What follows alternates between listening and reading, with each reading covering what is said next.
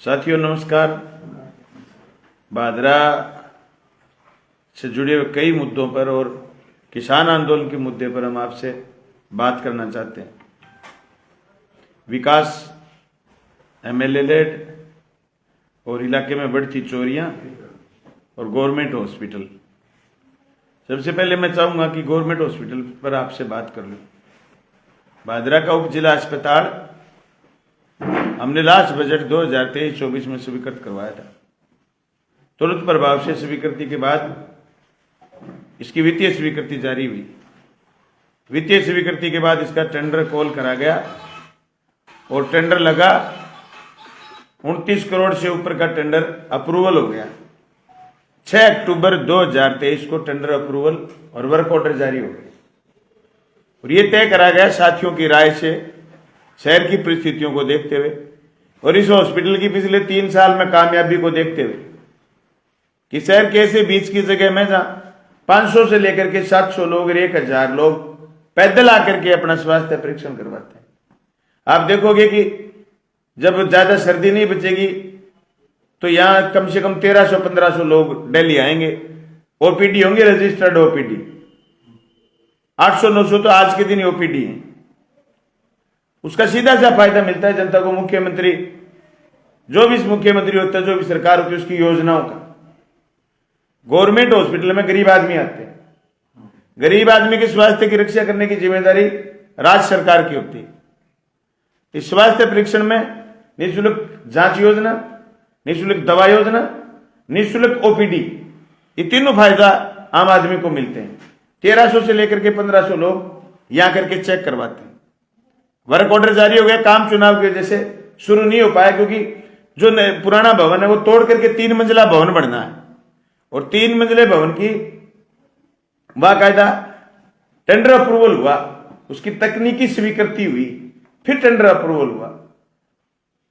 आज मैं जिक्र सुन रहा हूं, मैंने सीएमएचओ से बात करी, ब्लॉक सीएमएचओ से बात करी तो उन्होंने कहा कि बिल्कुल ऐसी चर्चाएं और मौका देखने भी गए कि हॉस्पिटल बाहर ले जाएंगे। जगह कौन सी है क्या है वो तो अलग बात है। यह हॉस्पिटल बाहर ले जाने का कंसेप्ट ही गलत है। आप ये कहोगे कि ये जगह थोड़ी है या पार्किंग नहीं होगी। पार्किंग की तो तुम खुद खिलाफ थे, भाजपा के लोग।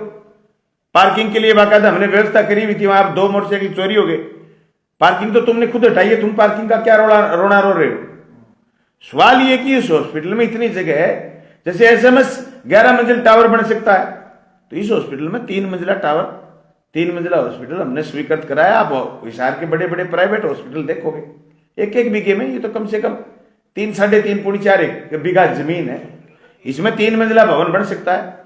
इसलिए किसी एक्शन ने, किसी एससी ने, चीफ ने टेंडर को अप्रूवल करा है और राज्य सरकार के एनएचएम के डायरेक्टर ने वर्क ऑर्डर जारी करें। तो ये गलतफहमी पालने की जरूरत नहीं कि इस हॉस्पिटल को बाहर ले जाएंगे। मार्क्सवादी कम्युनिस्ट पार्टी और बतौर पूर्व विधायक मेरा मानना स्पष्ट ये, अगर ये हॉस्पिटल बाहर जाता है, बाहर ले जाने की साजिश करी जाती है तो सीधा का सीधा प्राइवेट हॉस्पिटलों को फायदा देना और भूमाफियों को पालने की धंधा है, न कि जनता के लिए फायदा। जनता को भारी नुकसान होगा और जो जनता को नुकसान करने की कोशिश करेगा हम बिल्कुल मजबूती के साथ विरोध करेंगे, लड़ेंगे, सड़क पर लड़ेंगे। धरना, प्रदर्शन, जुलूस, जो भी होगा हमसे संघर्ष के जो भी तरीके होंगे संघर्ष करेंगे। इस हॉस्पिटल को यहीं रखने का काम करेंगे। इस मुद्दे पर हमारी राय ये है। उसके बाद शहर में पिछले 2 महीने में ये समझ लो आप भयंकर तरीके से चोरी हुई है पूरी कॉन्स्टिट्यूंसी में और चोरों का इतना बड़ा दबदबा है, इतना बड़ा बोलबाला है। चोरी सर्दियों में आई बार होती है छोटी मोटी, लेकिन अब की बार जो चुनाव परिणाम के बाद चोरियां बढ़ी हैं, मैं समझता हूं कि पहले क्या होता, चोर आता, ताले तोड़ लेता और ताले तोड़ करके चोर चोरी करके भाग जाता। चोरों के इतने हौसले बढ़े हुए हैं, चोर ताला नहीं तोड़ के लेके गए, गेट उखाड़ ले गए और अभी तक चोरी पकड़ी नहीं गई। मैं समझता हूं जनप्रतिनिधि को नींद कैसे आती, एमएलए को नींद कैसे आती। हमारे जमाने में चोरी हो जाती। एक बार सीरियल चोरी हुई 2020 में, आपके चैनलों के माध्यम से। मैं जयपुर था, मीटिंगें थी कमेटियों की, चैनलों के माध्यम से आपके आपके इस अखबार के माध्यम से मुझे पता चला। तो ये इतनी बड़ी हमने फोन पर मीटिंग करी, एसपी, डिप्टी, सब लोगों को, एसएचओ, तीनों थानों के एसएचओ, सबको लगाया और उस सीरियल चोरी को रोकने का काम करा। उसके बाद कभी भी सीरियल चोरी नहीं हुई। आज इस तरीके से नशेड़ी इस इलाके में चोरी कर रहे हैं और चोरों का अभी बता रहे हैं, कल एसपी ने प्रेस कॉन्फ्रेंस करी है कि मोटरसाइकिल गिरोह पकड़ लिए। मोटरसाइकिल गिरोह यहां सक्रिय नहीं है, बादरा में तो सीधा नकदी सामान उठाने वाले सारे के सारे चोर सक्रिय। इसकी वजह पूरे के पूरे प्रशासन का, पुलिस का ध्यान लगा दिया सारे के साधन पकड़ने में, लकड़ी के साधन पकड़ने में, पूरे के पूरे प्रशासन को डीजल पकड़ने में, बंदी बटोरने में लगा दिया। यही शासन में फर्क होता है। आप क्या काम लेना चाहते हो? प्रशासन को पूरा का पूरा इन तीनों कामों में लगा दिया, जिससे भारी लोगों के चालान कटे, डीजल में कार्रवाई हुई, लकड़ी में कार्रवाई हुई। जो लोग दिन तोड़ते थे, बैरानी क्षेत्र में इतना बुरा हाल है, अगर फसल नहीं है वहां, किसी आदमी के घर में 20,000 की जरूरत पड़ जाए, वो आदमी 20,000 रुपए के इकट्ठे करने के लिए उसके पास एक ही तरीका है कि वो खेत में से लकड़ी बेचे। उस लकड़ी पर इस तरीके से शिकंजा कस रहे, सिर्फ एक लगन कि बंदी कैसे बांधी जाए। ये बादरा की जनता के साथ 2 महीने में बहुत बुरा हुआ है। ये काला सपना था लोगों के लिए। ये काला सपना, ऐसा बुरा सपना होगा कि लोगों से पिछले 5 साल में जिस तरीके से चैन की बंसी बजाई लोगों ने, कभी पुलिस सड़क पर नहीं मिली, कभी लकड़ी वालों को, डीजल वालों को किसी ने परेशान नहीं करा। मैं समझता हूं अगले 58 महीने लोगों के कैसे कटेंगे, लोगों का जीना दुभर हो जाएगा। तीसरी बड़ी बात ये कि एमएलए लेड और दूसरे विकास के काम, मेरे पास काश्तकारों के फोन आते हैं, साहब हमारे खाड़े का क्या होगा? हमने 95 करोड़ के वर्क ऑर्डर करवा करके काम कार्य आदेश शुरू कर दिए थे, कार्य आदेश दे दिए थे। ईंटें थी नहीं भट्ठों पर चुनाव से पहले, तो काम में ये सोच रहे थे भी ईंटें बड़ी आ जाएं, क्योंकि इतना बड़ी रकम 112 करोड़ रुपए बार बार नहीं मिली। ईंटें बड़ी आ जाए उसके बाद काम करेंगे। लोगों को इस बात का अंदाजा नहीं था कि सरकार भी बदल जाएगी और एमएलए बदल जाएगा, खाड़ों के काम नए वर्क ऑर्डर नहीं हो रहे, जो पहले वर्क ऑर्डर हुए थे वही काम स्टार्ट है। बाकी उसके अलावा सारे खाड़ों के काम पेंडिंग। और किसानों के एक ही फोन आते हैं, साहब हमारे बजट का क्या रहेगा? मैं समझता हूं नई सरकार की जिम्मेदारी है। जो बजट हमने पहले 112 करोड़ रुपए स्वीकृत कराया था, बचे हुए खाड़े बनाए, बचे हुए के टेंडर लगाए, और जिनके वर्क ऑर्डर 95 करोड़ के वर्क ऑर्डर हो चुके थे खाड़ों के, उनके काम स्टार्ट कराएं। इसके अलावा जो विकास के काम, चाहे जल जीवन मिशन का काम हो, चाहे सड़कों का काम हो, जो भी काम है उस काम को तीव्र गति से प्रारंभ करने की कोशिश करें। एक जो टेंडर कैंसिल हो गया शहर की योजना का, 100 करोड़ की योजना, कोई जल जीवन मिशन में नहीं है वो योजना। इसके लिए राज्य सरकार ने पैसे दिए थे और राज्य सरकार के स्तर पर ही प्रयास करके शहर को मीठा पानी पिलाने की जो हमारी योजना थी उसको सिरे चढ़ाने का काम करेंगे। पैसा तो हमने स्वीकृत कराया है, ऐसी हम उम्मीद करते हैं। हालांकि हम ही कर रहे हैं उम्मीद, लोगों ने तो उम्मीद छोड़ दी। लोग तो समझते हैं कि 100 करोड़ रुपए इकट्ठे अब मिलेंगे नहीं, लेकिन वो पैसे स्वीकृत हैं, इसलिए उन पैसों को लैप्स होने देने की बजाय रीटेंडर कॉल करके तुरंत प्रभाव से शहर की स्कीम पर काम करें। हालांकि मैं शहर के लोगों को ये बताना चाहता हूं कि आपके बहुत सारे पानी की खपत को हमने हल्का कर दिया। जो कि बड़ा आपके यहां से पानी जाता था शहर से, अब आने लग गया सागड़ा से पानी। पटुआ गांव में सागड़ा से पानी आने लग गया। आपके डोबीबाग, धौलपाड़िया, राजपुरा, सब में शहर से पानी जाता था। उसने वहां हमने राजपुरा के वाटर वर्क्स को कामयाब कर दिया, वहां के स्टोरेज में पानी जाने लगा माइनर से। अब शहर पर दबाव कम बचा है, लेकिन फिर भी शहर के लोग जो 15 दिन खराब पानी पीते हैं, उसके लिए बड़ी 100 करोड़ की योजना है। इसको सिरे चढ़ाने का काम करें और खाड़ा निर्माण तुरंत प्रभाव से शुरू करवाएं। जो विकास के काम जहां एमएलए लेड के काम भी रुके हुए हैं 2023-24 के, वह एमएलए लेड के काम भी तुरंत प्रभाव से शुरू करवाएं।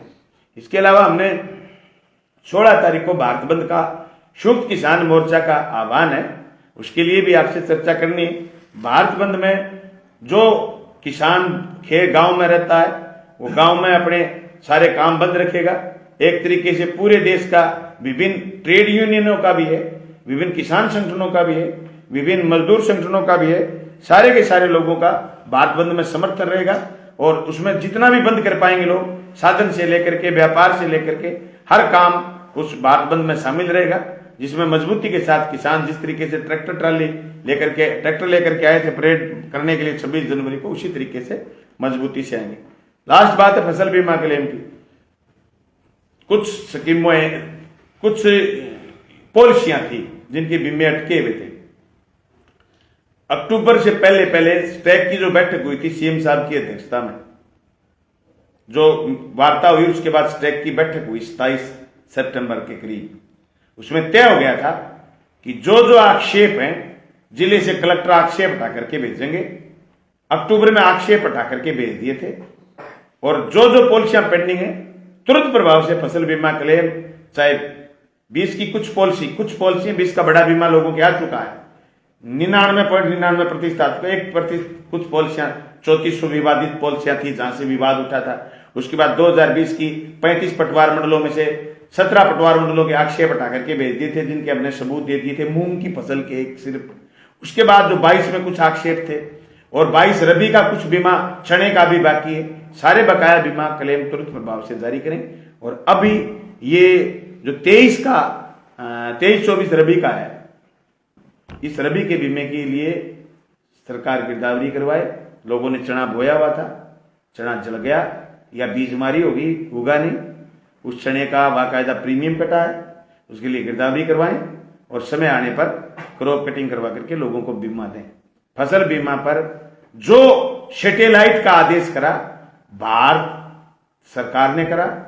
मैं एक बार फिर पूरी जिम्मेदारी के साथ कहना चाहता हूं, प्रधानमंत्री फसल बीमा योजना में नीति बनाने का काम भारत सरकार करती है, स्टेट नीतियां नहीं बनाती।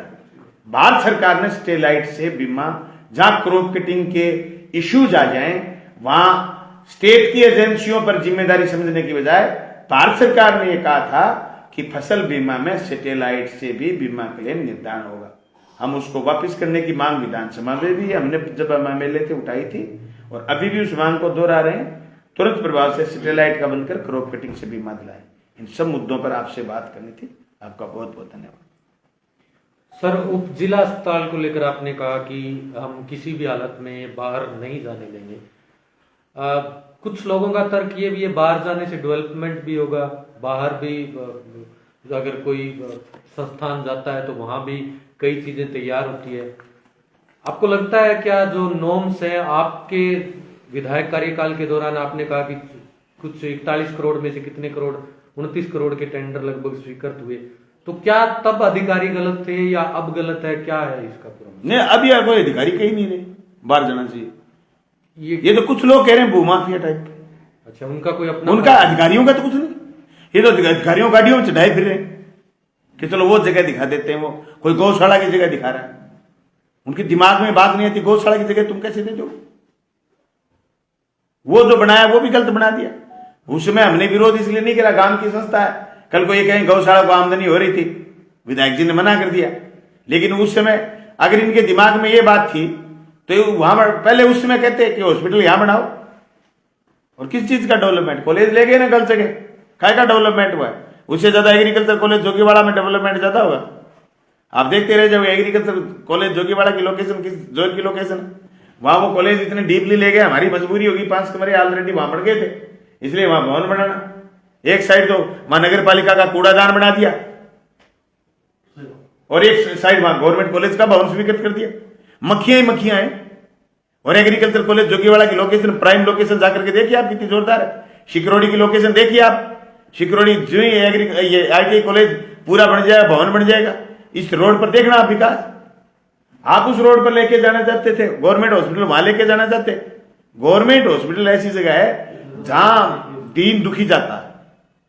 गवर्नमेंट हॉस्पिटल दीन दुखी लोग जाते हैं। गवर्नमेंट हॉस्पिटल ये उठाना चाहते थे ना हनुमानगढ़ टाउन से उठा करके अरे जहां मेडिकल कॉलेज बन रहा है वहां ले जाना चाहते थे। जनता ने भारी विरोध करा। मैं तो अकेले प्रशासन को ही नहीं कह रहा हूं, जनता को भी कह रहा हूं आपके माध्यम से, जनता को भारी विरोध करना चाहिए। मेरी बात पर यकीन मत करिए आप जाइए दिन में 4 घंटे गवर्नमेंट हॉस्पिटल में बैठिए टकटकी लगा के, आप देखना कितने लोग पैदल आते हैं उसमें। अगर 1500 ओपीडी आएगी 1100-1200 लोग पैदल आएंगे, 1100-1200 लोग पैदल आएंगे, क्योंकि छोटी मोटी तकलीफ है, खांसता झांकता आया आदमी, वो चेक करवा के चला जाएगा, घर का सामान भी ले जाए, कोई किसी को साथ लेकर के आए। ये इसलिए ये जो जनता को गुमराह करने की बात करें, उसे महज शहर में विद्वेष फैलाने, भूमाफियों को शय देने और प्राइवेट हॉस्पिटलों के इशारे पर कर रहे हैं। बलवान जी, सरकारी हॉस्पिटल जहाँ पर होता है वहां से रोड ट्रांसपोर्टेशन की जो कनेक्टिविटी है वो नजदीक होनी चाहिए, जैसे बस स्टैंड है, रेलवे स्टेशन है, और जो छोटे छोटे हॉल्ट स्टैंड होते हैं जैसे अपने सावा बस स्टैंड है या फिर इधर वाला गांधी गांव वाला है, ये सभी इसके नजदीक है। लेकिन जहाँ पे बाहर लेके जाएंगे वहां से तो बहुत दूर हो जाएंगे, तो ये आम जनता को बहुत ज्यादा तकलीफ होगी। आपका क्या कहना है? मैं तो यही कह रहा हूं, पैदल लोग आते हैं, बस स्टैंड नजदीक है तभी लोग पैदल आते हैं। पैदल लोग और किससे आते हैं? वहां अगर बाहर हॉस्पिटल लेके वहां पैदल थोड़ी जाएंगे। और मान लो बीमार कोई ऑफिस टाइम में बीमार होता है क्या आदमी, कोई आदमी 4 बजे बीमार हो गया, 5 बजे बीमार हो गया, निःशुल्क जांच योजना की हॉस्पिटल में बंद हो गई और उसमें बीमार हो गया और उसको ये कह दिए तू ये जांच करा के ला, वो जांच कराने आएगा, फिर उसके 200 रुपए लग जाएंगे जांच करवाने, भाद्रा के भीतर आएगा, फिर वो वापिस जाएगा। इससे बेहतर वो समझेगा कि तू प्राइवेट हॉस्पिटल में ही चला जा। फिर इसलिए मैं कह रहा हूं प्राइवेट हॉस्पिटल को बेनिफिट देने के लिए कर रहे हैं, सरकारी हॉस्पिटल को फैल करने की ये सबसे बड़ी साजिश है। इस साजिश का हम जोरदार विरोध करें और शहर के लोगों को विरोध करना चाहिए। मेरा हित थोड़ी है अकेले का, ये मेरी पार्टी का हित थोड़ी है। आप क्या सोचते हो मेरे पास नहीं आए होंगे लोग? सभी कर तो हमने कराया था। इस तहसील को चारों तरफ से विकास के कामों के सपने तो हमने दिखाए और सपनों को धरातल पर हमने उतारा। आपको क्या लगता है मेरे पास लोग नहीं आए होंगे? मेरे को भी कहने आए थे लोग कि उस जमीन में बना लो, उस जमीन में बना लो, हम वहां दान दे देंगे, वहां दान दे देंगे। आए थे बेचारे, मैंने उनको समझाया कि ना भाई ऐसे नहीं हो सकता, जनता को नुकसान हम किसी सूरत में नहीं कर सकते, जनता का नुकसान। उसके बाद आप गवर्नमेंट हॉस्पिटल के सामने एक बाजार है मेडिकलों का, आप उस बाजार को बैल कैसे कर सकते हो? वो लोग शहर के नहीं है क्या? आपको आप मेडिकल बाहर चले जाएंगे, क्यों चले जाएंगे भाई? ये हॉस्पिटल बाहर क्यों चले जाएगा भाई? ऐसी कौन सी वजह है? शहर के बीचों बीच उपयुक्त ऐसे हॉस्पिटल के लिए तो हमने अंडरब्रिज बनाया है। हॉस्पिटल में कनेक्टिविटी है आसानी से, अंडरब्रिज इसलिए बनाया सिर्फ जनाजा लाने ले जाने के लिए और हॉस्पिटल में जल्दी पहुंचने के लिए। बाईपास होकर के हॉस्पिटल आने का कंसेप्ट पहले होता तो हम अंडरब्रिज बनाते हैं। अंडरब्रिज इसलिए बनाया कि बागड़ के जो गांव में 35-36 गांव है, वहां से कोई पेशेंट अचानक आए तो सीधा का सीधा हॉस्पिटल पहुंच जाए। इसलिए गवर्नमेंट हॉस्पिटल यही रहना चाहिए। और मैं तो कहता हूं कि जो लोग इस टाइप की बातें कर रहे हैं वो सिर्फ अपने लालच के लिए या फिर अपनी कुंठा बुनाने के लिए कर रहे हैं। उनको ये लगता है कि तुम्हारे जमाने में तो तुमसे विकास होगा नहीं, इसलिए जो पूर्व विधायक ने, पूर्व मुख्यमंत्री जी ने जो बजट दिया है उस बजट पर थोड़ी राजनीति कर लेते हैं। तो उनको कहना चाहता हूं ये ऐसी अच्छी राजनीति मत करिए और तहसील के अंदर विकास के जो काम हो रहे हैं उनको प्यार प्रेम से जैसे हमने चलाया वैसे चलाइए। इसके अलावा सर आपने जो दूसरा बड़ा मुद्दा कहा कि एमएलए लाइट के काम रुके हुए हैं और जो घोषणाएं थी अंतिम बजट सत्र में वो काम भी पेंडिंग है। बहुत से जिला परिषद की योजनाएं हैं, गांव के जो विकास कार्य चलने चाहिए थे वो रुके हुए हैं। ये शायद पहली बार होगा शायद इस सरकार ने टेंडर लगे हुए काम को भी रोक दिया और कार्य आदेश जारी हुए काम को भी रोक दिया और जिनका सामान नहीं आया है उन काम को भी रोक दिया। ऐसे में लगभग काम रुके हुए। मैंने आज एक अखबार में खबर पढ़ी थी कि 2 महीने में सरकार को भयंकर राजस्व प्राप्त हुआ है। उम्मीद करते हैं सरकार को जब राजस्व प्राप्त हुआ है तो ये काम जल्दी स्टार्ट करे, लेकिन हुआ ऐसा पहली बार है। राज बहुत बार बदले हैं, हमने ऐसा कभी नहीं देखा। नाम जरूर बदलते देखें, काम रुकते और काम रोकते और काम होल्ड करते हमने नहीं देखा। रही बात यह कि वो ये पहले चुनाव में मुद्दा बनाते थे कि पिछली सरकार ने कर्ज ज्यादा ले लिया। कर्ज की एक सीमा होती है, कर्ज जब और मिलता नहीं दिखा तो भारत सरकार ने अपना बजट एस्टीमेट छोटा कर दिया। राजस्थान सरकार ने बजट एस्टीमेट बड़ा इसलिए करा था कि कर्ज मिलना आसान था, मिल रहा था। लास्ट में 8,500 करोड़ रुपए जो राजस्थान सरकार ने उधार लिए थे, उस उधार से जितने कॉलेज, स्कूल, सड़कें, पुल, हॉस्पिटल, अंडरब्रिज, ओवरब्रिज जितने हुए, खाड़ा निर्माण, नहरों के निर्माण, एनीकेट, बांध, जितने लास्ट बजट में विकास का काम हुआ है, मैं समझता हूं राजस्थान में ये एक चिरस्थायी याद रहेगी और ऐसा कोई सरकार नहीं कर पाएगी। और ऐसा मजबूती के साथ काम धरातल पर उतारने का जो करा था, इसको रोकने की जो कोशिश करी गई है भजनलाल सरकार द्वारा, पर्ची सरकार द्वारा, ये बेहद ही कमजोर कदम है। इसको फौरन सरकार को वापस लेकर के विकास के कामों को आगे बढ़ते हुए देखना चाहिए ताकि जनता को फायदा हो। आपने सर एक और बात, चोरी का मुद्दा उठाया। पिछले 2 महीने में शायद 20-25 से ज्यादा चोरियां सामने आ चुकी है और चोरियां पहले भी होती थी। क्या उन चोरियों और इन चोरियों में कोई विशेष फर्क, क्या माहौल आपको लगा? क्योंकि आप भी विधायक थे, अब आप विपक्ष में हैं, क्या कहना चाहेंगे? भाई, चोरी को लेकर के मौजूदा जनप्रतिनिधि चिंतित नहीं। चोरी हमारे जमाने में हुई, मैं कह रहा हूं 2020 में सीरियल चोरी हुई। भट्ठू से कोई चोर गिरोह आता था और वो लगातार उसने छानी में, निनाण में, मलखेड़ा में, गांधीबड़ी में, सरदारगढ़िया में, खचवाड़ा में चोरियां करी। हाँ, फौजी के घर में। तो ऐसी चोरी वहां हुई। 2020 के बाद इतनी बड़ी चोरी नहीं हुई, वो सीरियल चोरी हुई। हमने विदिन 15 डेज चोर उजागर करे। चोर उजागर करने के बाद उनको पकड़ने की रणनीति थी। वो पकड़ में नहीं आए, लेकिन निनाण गांव में चोरी के लिए दोबारा घुस गए। निनाण के लोगों ने उनको ठोका और ठोक करके उनको जेल में टेका। मुझे तो 2 महीने पहले तक तो रिपोर्ट की थी वो चोर जेल में ही है, उस पर इतने मुकदमे थे। लेकिन मुझे याद है, मुझे 15 दिन नींद नहीं आई जब तक वो चोर नहीं पकड़ा गया।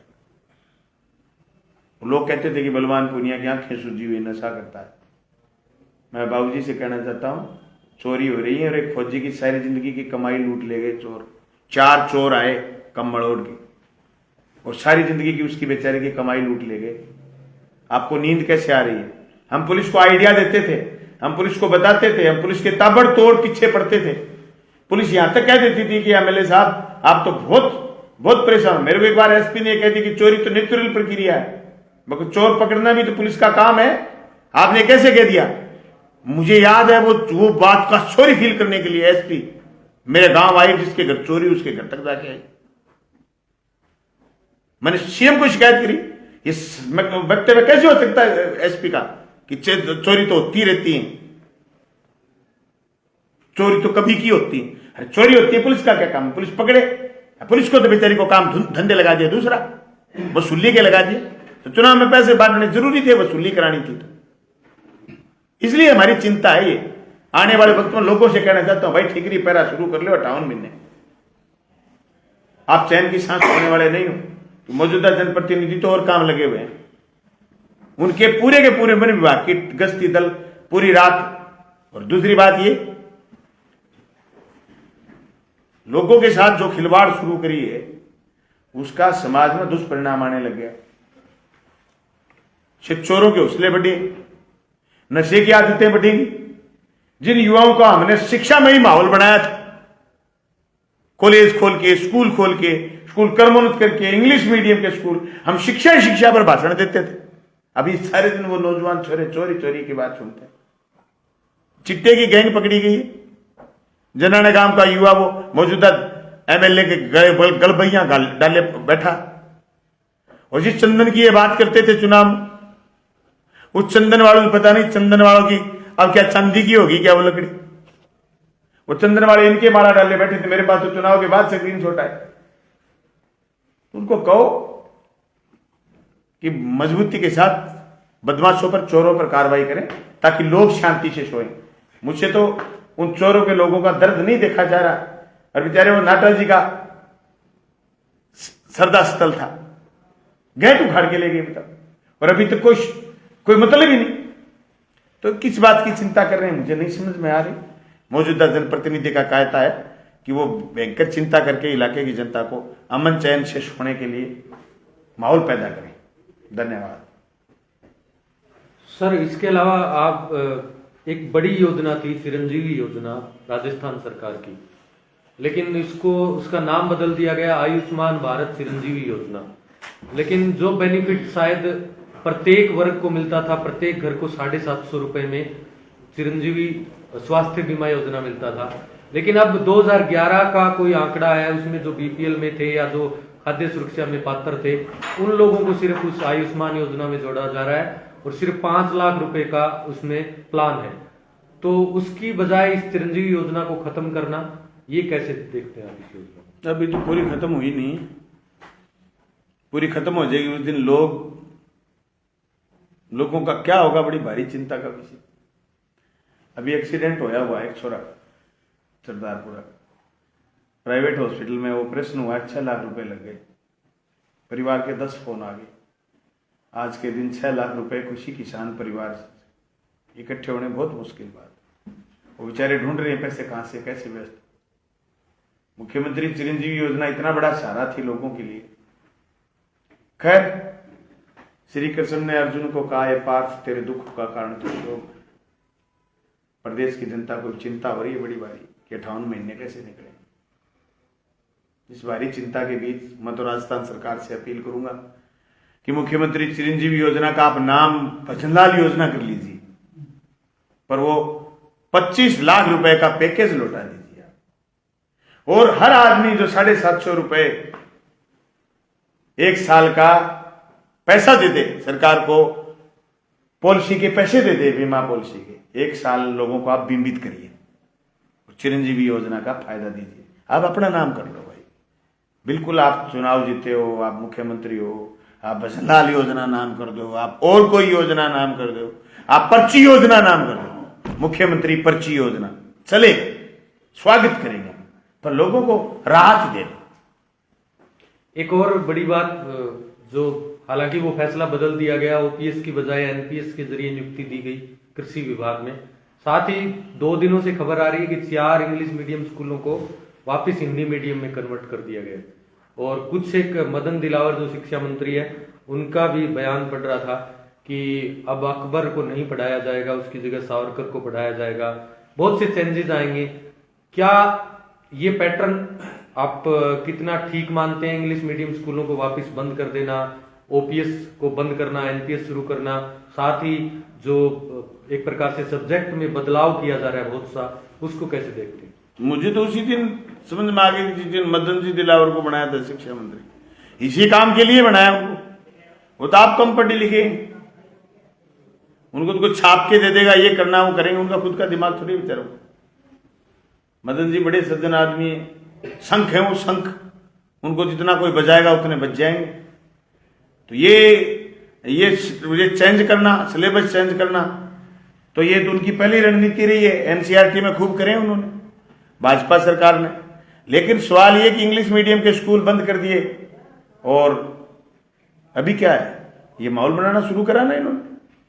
आपके पत्रकार के नाम से भी एक ज्ञापन चला था कि ये स्कूलों में बच्चे कम है, इसको गर्मोन्नत गलत करवा दिया।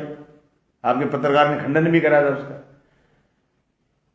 ये तो स्कूल बंद करेंगे, इंग्लिश मीडियम तो हिंदी मीडियम में कन्वर्ट करेंगे और उसके बाद ये स्कूल बंद करेंगे।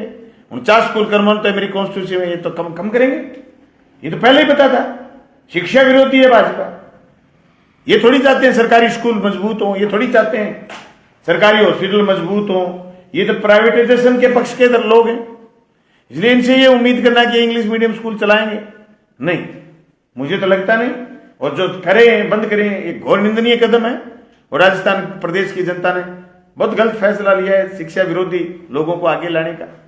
इंग्लिश मीडियम स्कूल तो इतने जोरदार चले हैं जी कई गांवों में, बंद कैसे करें मुझे समझ में नहीं आता, क्यों दिमाग खराब है उनका। 450 बच्चे हैं, 350, 284 बच्चे हैं मुंसरी में, 350 बच्चे हैं डूंगराना में, सैकड़ों बच्चे। मेरे गांव में पिछली बार स्कूल खोला 20 बच्चे थे, अब की बार 65 बच्चे हैं। नेक्स्ट ईयर 150 बच्चे होंगे। इतने जोरदार कामयाब हैं, गरीब के बेटे अंग्रेजी पढ़ लें, प्रदेश आगे बढ़ेगा। पर ये कदम, जन विरोधी कदम सरकार उठा रही है, गलत बात है, नहीं उठानी चाहिए। चुनी हुई सरकार, ठीक है, जनता ने कोई गलत काम थोड़ी करा है भाजपा को जिता करके, उन्होंने जनता ने तो ठीक ही करा था अपनी जान में। तो भाजपा को ये ऐसे कदम नहीं उठाने चाहिए। सिलेबस के नाम पर, हिजाब के नाम पर लड़ाने की बजाय स्कूलों में क्वालिटी और सुधारें, शिक्षकों की भर्ती पूर्ण करें।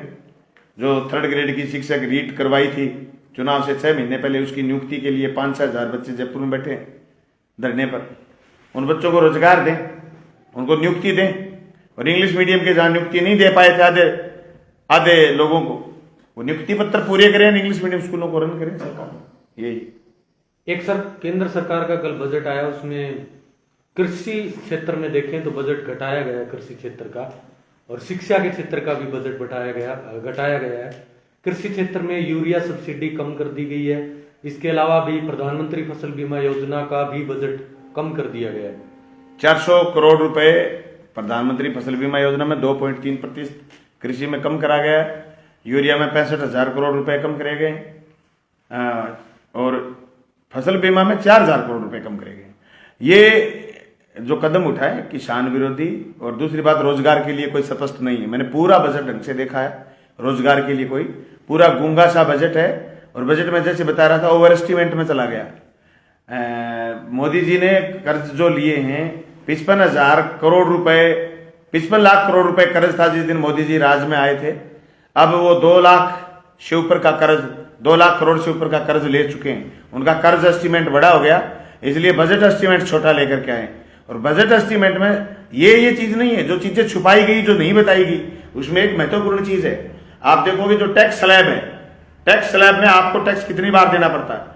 आपको ये रोका गया है कि आप सरसों का तेल यूज नहीं करोगे, जो घर में सरसों पैदा करते हो उसका निकाल करके सरसों का तेल पैकिंग बना करके आप सकल घरेलू उत्पाद जो हैं उनको बढ़ावा देने की बजाय कंपनियों से आयातित तेल, वो तेल यूज करने की उसमें सिफारिश करी गई। दूसरी बात, जो सरसों के तेल पर भी अगर मैं बात करूं, खाने के तिल का तेल, सरसों का तेल, जो लोगों की रसोई की चीज है, उसमें आप कितनी बार टैक्स लेते हैं। आप सरसों के बाद खाद, बीज, पेस्टिसाइड, फिर उसके बाद सरसों पैदा होने के बाद यहां तक सारे टैक्स आप भूत रहे हो। पैदा होने के बाद जब सरसों का तेल आप घर में निकाल लिया तो आप टैक्स चोरी कर रहे हैं। अगर आप बाहर से तेल वापस लेकर के आए, आप 5 बार टैक्स दोगे, उसके बाद उसकी जीएसटी हो गई, आप 6 बार टैक्स दोगे। ये जो टैक्स का लोगों नारा तो ये था कि 1 टैक्स 1 नेशन, जबकि आप खाद्यान्न पर टैक्स दे रहे हो। वो टैक्स घटाने की कोई रणनीति नहीं है इस बजट में, कुछ नहीं। महंगाई कैसे घटेगी? लोगों के टैक्सेस कम करते तो महंगाई घटती। इन्होंने जो कदम उठाए हैं, हाँ एक चीज है, मनरेगा में जरूर पैसा बढ़ा है, लेकिन और सारी चीजें थी उसमें, सब में लोगों के पैसे, शिक्षा, स्वास्थ्य, खाद्यान्न और कृषि, फसल बीमा, सब जो हमारे काम की चीजें थी, इस देश के 70% लोगों के काम की चीजें, उनके सब के बजट एस्टिमेट घटे हैं, जो बेहद निंदनीय है और बेहद हिंदुस्तान की जनता को कमजोर करने के। रोजगार को लेकर के कोई स्पष्ट बात नहीं है। रोजगार को लेकर के कहीं कोई कदम नहीं उठाए गए कि भी इतने नए डेवलपमेंट होंगे, उसमें आप सरकारी रोजगार देंगे या फिर उद्यमियों के जरिए लोगों को रोजगार मिलेगा। रोजगार का सही बात है, रोजगार का चर्चा ही नहीं है बजट में। आप अलग से कॉलम नहीं पढ़ेंगे कि यहां इतने रोजगार पैदा होंगे, हम ये काम करेंगे जिससे इतने रोजगार पैदा होंगे, ये ऐसा कुछ नहीं। रोजगार का कोई जिक्र नहीं।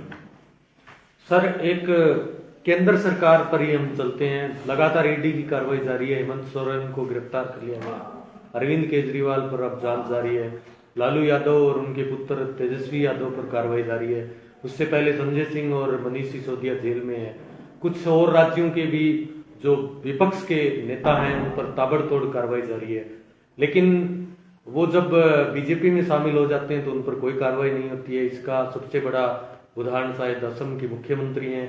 उसके अलावा भी हमारे आसपास भी बहुत से ऐसे लोग हैं, कुलदीप बिश्नोई, आदमपुर के विधायक, पूर्व विधायक, वो भी ईडी के रडार पर थे, लेकिन जैसे ही बीजेपी में शामिल हुए उन पर कोई कार्रवाई नहीं हुई। कैसे देखते हैं इसे आप? विपक्ष के इतने बड़े नेता हैं और लगातार केंद्र सरकार पर हमला बोलते रहते हैं, आपको डर नहीं लगता इन चीजों का? जो पार्टी बदल ले वो ईडी से बच जाता है, जो पार्टी बदल ले वो ईडी से बच जाता है। ईडी ने जो कार्रवाई आज तक करी है, ईडी ने जो कार्रवाई करी है, उस कार्रवाई में जो 5906 मामले दर्ज करे ईडी ने, जिसमें कार्रवाई करी है 25 लोगों पर।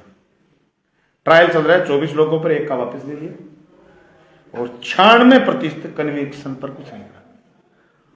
ये वो 96% जो आप बता रहे हो वो भाजपा में चले गई या भाजपा के सामने सरेंडर कर दिया या उन्होंने आत्मसमर्पण कर दिया या उनकी तरफ पल्ला बदल के उनकी साइड हो गई।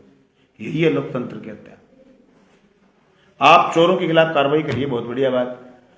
काले धन की कह रहे थे, क्या वो धन अब भगवा हो गया क्या? अभी तो सुन पड़ा इस काले धन क्यों कह के ये राज में आए मोदी जी, तो क्या वो अब काला धन भगवान धन हो गया? कोई काला धन नहीं है। कोई एक आदमी भ्रष्टाचार के आरोप में जो भाजपा में है या भाजपा के, सबसे ज्यादा कार्रवाई यूपीए गवर्नमेंट में उन लोगों पर हुई जिन लोगों पर इल्जाम उठे, मीडिया ने इल्जाम लगाए, कैग ने रिपोर्टें दी, उन लोगों पर कार्रवाई हुई, जेल गए। देश का सबसे बड़ा अगर 10 साल का कोई घोटाला है, पिछले 10 साल का सबसे बड़ा कोई घोटाला तो व्यापम घोटाला है,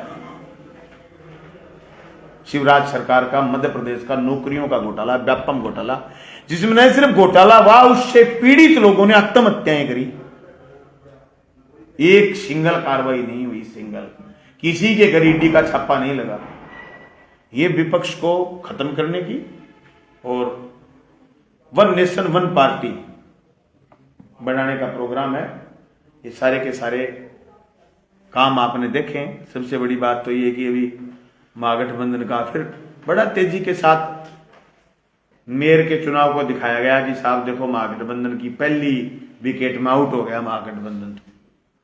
सरेआम प्रिजाइडिंग ऑफिसर दिख रहा है, वोटों पर काटा मार रहा है, कुछ नहीं बिगड़ा और समय दे दिया 15 दिन का। स्पष्ट पीठासीन अधिकारी महागठबंधन के, इंडिया गठबंधन के 20 वोटों में से 8 रिजेक्ट कर देता। सुप्रीम कोर्ट के वकील बैठे हैं धरने पर, जंतर मंतर पर भी ईवीएम पर सवाल उठा रहे हैं। उसके बाद ईडी पर सवाल उठा रहे हैं।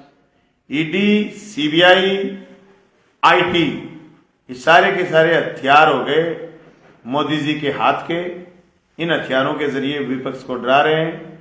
यही लोकतंत्र खात्मे की निशानी है। ठहरो, रुकिए। इस लोकतंत्र नुक्स के खात्मे का दुष्परिणाम न सिर्फ विपक्ष भुगतेगा, इस देश की आम जनता भुगतेगी, इस देश की सारी जनता भुगतेगी। जब लोगों की सुनवाई नहीं होगी तो खुद भारतीय जनता पार्टी का चोला पहनने वाले लोगों को भुगतना पड़ेगा। राजस्थान, मध्य प्रदेश और छत्तीसगढ़ में जिस तरीके से नेतृत्व का ह्रास हुआ, उसका दुष्परिणाम भादरा तक आया है।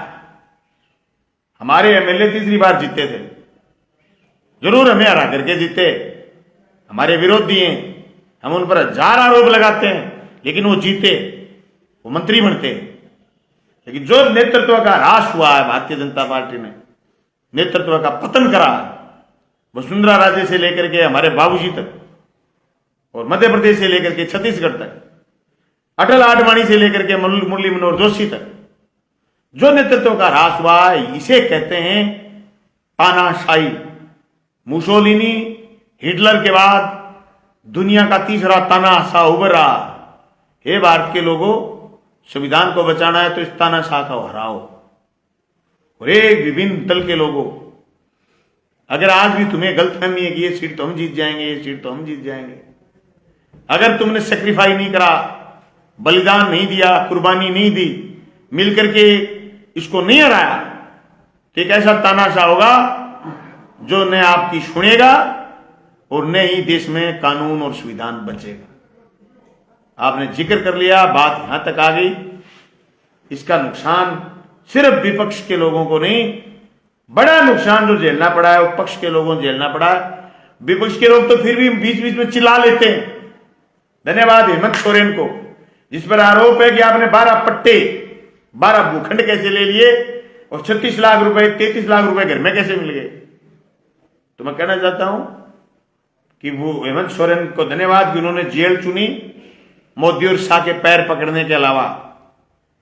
लेकिन जिन्होंने मोदी और शाह के पैर पकड़ लिए, उन लोगों की हालत जेल से बाहर रहते हुए बदतर है, जस्ट लाइक वसुंधरा राजे। वसुंधरा राजे क्यों चुप हो गई मुझे पता नहीं। ये बीच बीच में, या फिर वसुंधरा राजे चुनाव में घर बैठ जाती, कांग्रेस 150 सीटें आती। वसुंधरा राजे अगर नहीं फिरती राजस्थान में थोड़ी बहुत सीटें नहीं आती। पर वसुंधरा राजे चुप क्यों हो गई? मैं तो कहता हूं राजे से कि हेमंत सोरेन से सीखो। जरूर आदिवासी का बेटा है, जरूर शिबू सोरेन का बेटा है, लेकिन आपसे मजबूत है। उसने तो आज भी बताया कि जेल ठीक है, मोदी और शाह के चरणों में नहीं जाएंगे, जेल में मरना ही ठीक है। सिसोदिया से सीखो, संजय सिंह से सीखो। और ये बातें कोई सुनता है, कोई देखता है तो उसको अचंभा होता है कि हिंदुस्तान में क्या हो रहा है। और पूरी दुनिया में लोग, मेरा एक दोस्त रहता है अमेरिका में, उसने एक दिन मेरे पास लेख भेजा था, मुसोलिनी को मैंने पहली बार उस दिन पढ़ा। पूरी दुनिया में ये अचंभा है कि हिंदुस्तान में क्या हो रहा है। आज जिस तरीके से राजनीतिक दलों की हालत रशिया में है, एक दिन ऐसी हालत हिंदुस्तान में हो जाएगी। जिस तरीके से यूक्रेन को तबाह करा है रशिया ने, पुतिन की सैनिकपन ने, उससे न सिर्फ यूक्रेन तबाह हुआ है, तुम्हारे बच्चों की एमबीबीएस छूटी, बल्कि रशिया की सेना का बहुत बड़ा हिस्सा डैमेज हुआ है, खत्म हुआ है, और रशिया की आर्थिक स्थिति पर बोझ पड़ा है। इसलिए इस डेमोक्रेसी को सुंदर बनाने के लिए आप मोदी, शाह, जो तीसरे मुसोलिनी और हिटलर बनने जा रहे हैं, इनको रोकिए। ये सबका काम है, अकेले विपक्षी दलों का नहीं, सब लोगों का काम है। आपने इनका जिक्र किया, क्या लोकसभा चुनाव आप लड़ रहे हैं, क्या आप इस गठबंधन के जरिए, या आपकी चर्चा ये भी चल रही है कि आप कांग्रेस भी ज्वाइन कर सकते हैं लोकसभा चुनाव में, क्योंकि चुनौतीपूर्ण कार्य, जब तक कोई व्यक्ति सदन में नहीं पहुंचेगा तब तक शायद ही सत्ता के खिलाफ बोल पाएगा। सड़कों पर आजकल सुनने वाले कम ही बचे हैं। लोकसभा को लेकर के हमारी पार्टी ने गठबंधन से चूरू सीट मांगी। अगर इंडिया गठबंधन में चूरू सीट मिलती है तो हमारी दावेदारी है। और अभी ऐसी कोई स्थिति नहीं है कि हम कांग्रेस ज्वाइन कर रहे हैं। पर मैं तो सारे दलों से कहना चाहता हूं कि सीटों का सेक्रीफाई करो, और जरूर नहीं बलवान पुनिया चुनाव लड़े, ये रिश्ताना शाह को खत्म करो देश से, यही आह्वान है। बहुत बहुत धन्यवाद। जय हो रे वो।